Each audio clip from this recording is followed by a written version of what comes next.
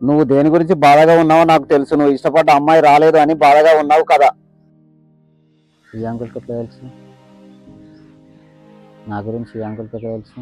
నేను అమ్మాయి కోసం వచ్చానని ఎట్లా తెలుసు? అసలు ఎవరు ఈ అంకుల్? అసలు ఈ అంకుల్ ఎవరు? మీకు నా మనసులో ఉన్న బాధ గురించి ఎలా తెలుసు? మీరు ఎవరు? ఎందుకు నా గురించి చెప్తున్నారు? మీకు ఏం కావాలి? నాకేం వద్దు బాబు, నువ్వు వచ్చి ఇలా కూకో. నేను నీకు సమాధానం చెప్తా. ఏ సమాధానం? దేని గురించి?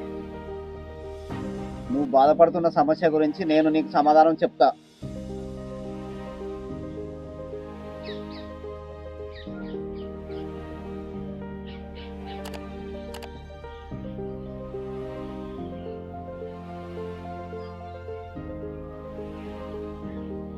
నాకు ఇక్కడ ఒక అమ్మాయి కనపడింది. నేను తనని చూసినప్పుడే లవ్లో పడ్డాను. కానీ నేను తనకి చెప్దాం అనుకొని నేను తన దగ్గరికి పోయినప్పుడు తను అక్కడ లేదు. పార్క్ మొత్తం నేను చూశాను, తను నాకు కనపడలేదు. నువ్వు నాకు చెప్పకు, నాకు మొత్తం తెలుసు నీ గురించి.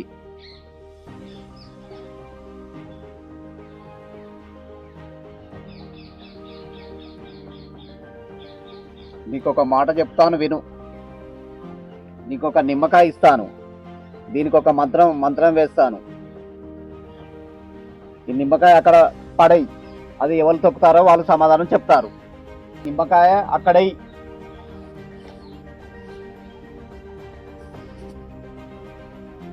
ఆ నిమ్మకాయ ఎవరు దాడతారో ఆ అమ్మాయి గురించి చెప్తారు.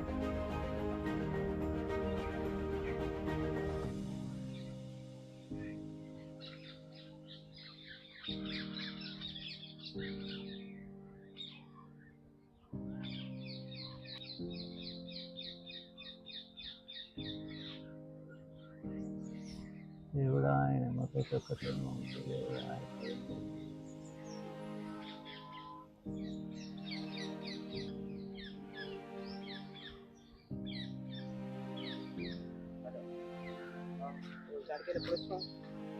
చెప్పకుండా చేసినా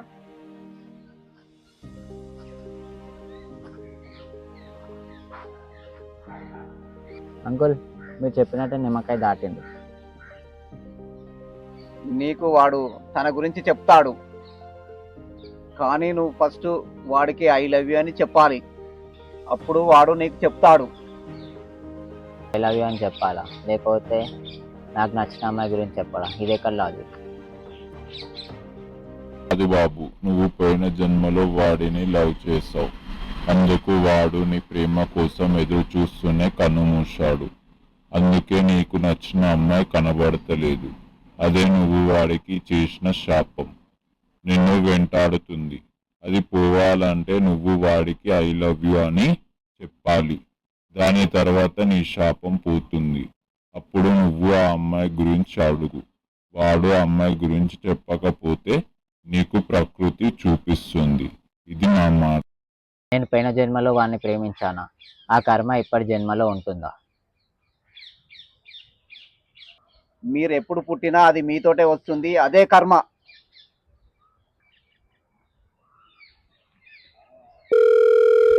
ఫోన్ చేసి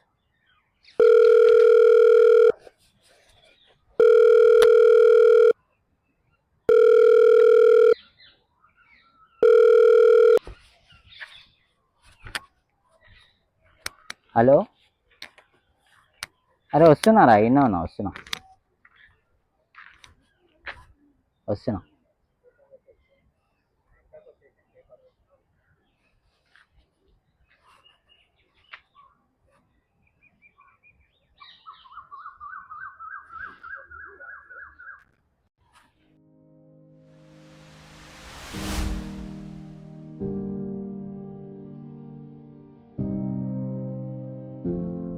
వస్తారా? ఇప్పుడే వస్తున్నా దారిలో ఉన్నా.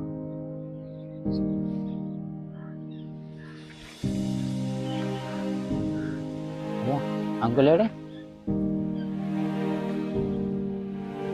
అంకులేడే అంకులేడే అంకులేడే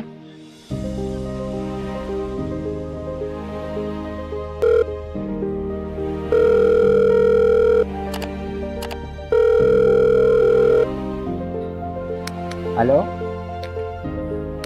అరే వస్తున్నారా? ఎన్నో